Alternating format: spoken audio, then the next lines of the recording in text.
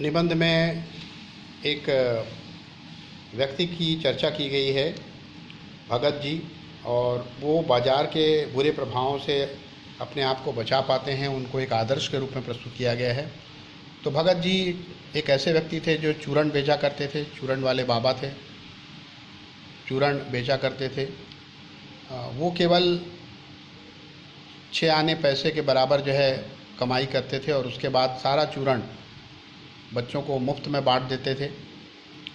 बाज़ार जब भी जाते थे तो जो चीज़ उनको आवश्यक है वही खरीदते थे और वापस आ जाते थे। बाज़ार को दुआएं देते थे, बाज़ार को खुली आंखों से देखते थे, ना बाज़ार के लिए किसी प्रकार का ईर्ष्या द्वेष होता था। लेकिन बाज़ार से केवल वही वस्तु खरीदते थे जिसको उनकी आवश्यकता होती थी।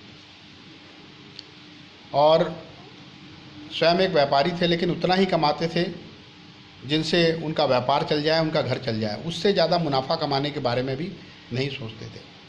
ऐसे व्यक्ति ही बाज़ार को सार्थकता देते हैं।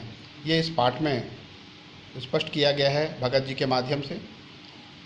तो इस निबंध में भगत जी को एक ऐसे आदर्श व्यक्ति के रूप में प्रस्तुत किया गया है जो बाज़ारवाद के दुष्प्रभाव से बचा रहता है। वो एक ऐसे व्यक्ति हैं जो चूर्ण बेचते हैं और इसके लिए उन्हें केवल 6 आने की आवश्यकता होती है।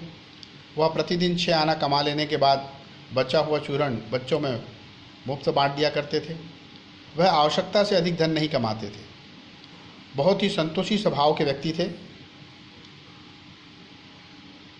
बाजार भी जब वह जाते थे तो केवल वही वस्तु खरीदते थे जिसकी उन्हें आवश्यकता हो।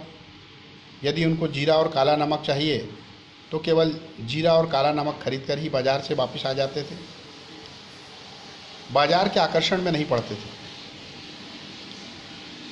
बाजार की व्यंग्य शक्ति का भगत जी जैसे लोगों पर कोई प्रभाव नहीं पड़ता। धन, वैभव और जड़ता भगत जी की इस आत्मिक शक्ति के आगे पराजित हो जाती है, क्योंकि पैसे में एक प्रकार की व्यंग्य शक्ति भी होती है जो कई बार हमको चिढ़ाती है, हम पर व्यंग्य करती है। लेकिन भगत जी जैसे लोगों पर इसका कोई प्रभाव नहीं पड़ता।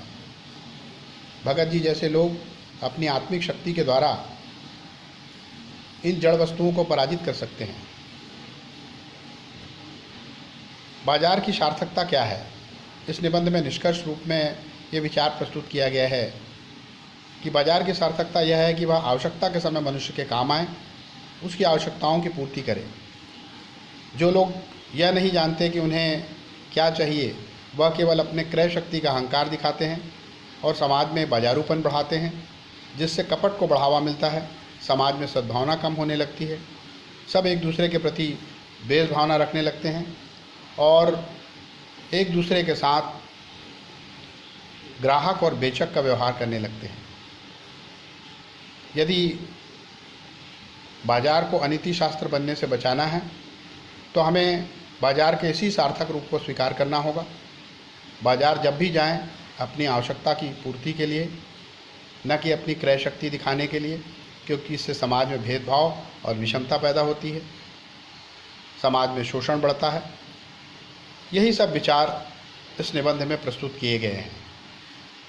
आप निबंध ध्यान से पढ़ें और इन बिंदुओं के आधार पर इस निबंध को समझने का प्रयत्न करें। धन्यवाद।